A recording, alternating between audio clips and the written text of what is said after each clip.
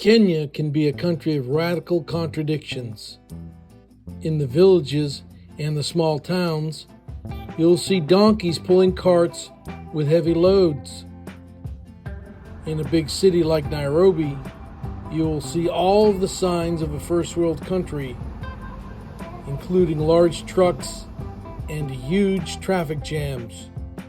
While there are jobs to be had in a big city like Nairobi, they are few and far between in the villages. Most people must find ways to support themselves.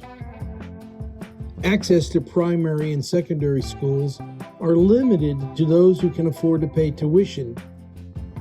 Public education is really not free, and colleges are generally not available to those outside of the cities. If you are able to find a job in Kenya and don't have a college education, your yearly income will be around $300.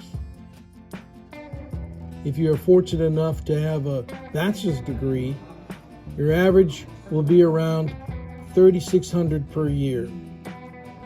The Village Basket offers a hand up to individuals by providing groups with microloans that will enable them to start their own businesses in communities where they live. Here in a subdivision near Nairobi, Beatrice is part of a table banking group we helped start several years ago. Her idea for generating income for her family was to make small donuts called Mandazis that she sells here in a small shop. Her husband Isaac sells goods like flour, bread, sugar, tea, eggs, peanuts, and other essential items that people can pick up on their way home.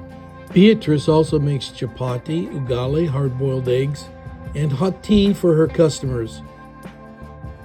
Her price for one mandazi is 20 shillings, a great price for her customers, but unprofitable for her. She must sell over 100 to recover her costs, much less make a profit.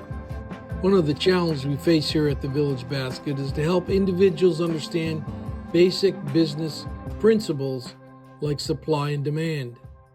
Giving them loans to start a business is great, but they must be taught how to determine how much they should charge for their product to make a profit.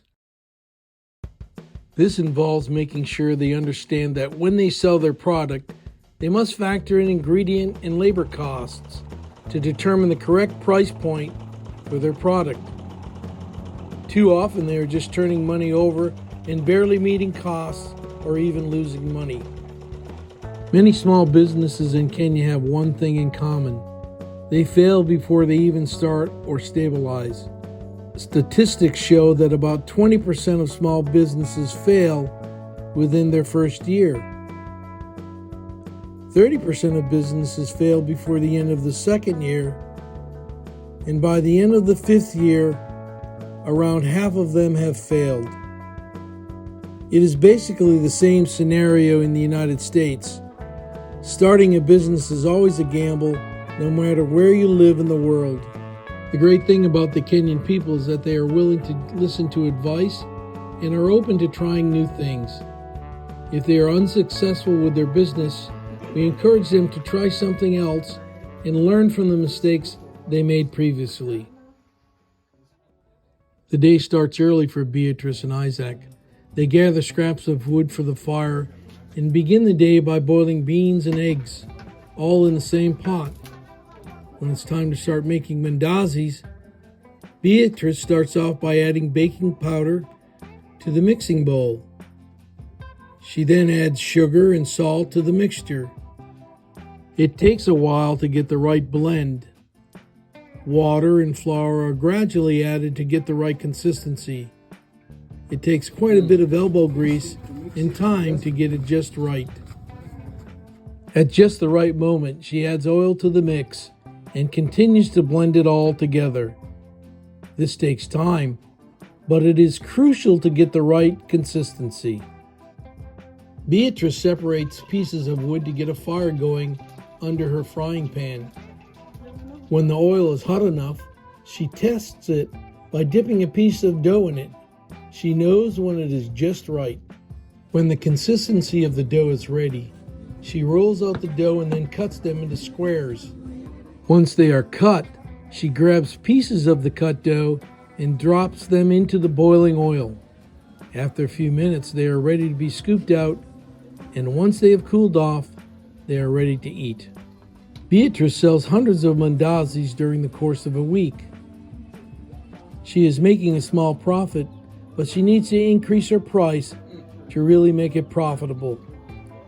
Raising prices is difficult, but if you make a great product, people will continue to buy it. The Kenyan government continues to raise taxes for goods and services.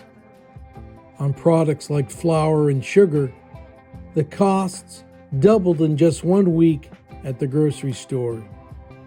When the government raises taxes, business owners have to pass those costs on to the consumers.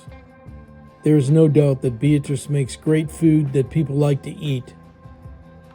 With hard work, prayer, and a determined spirit, Beatrice and Isaac will succeed.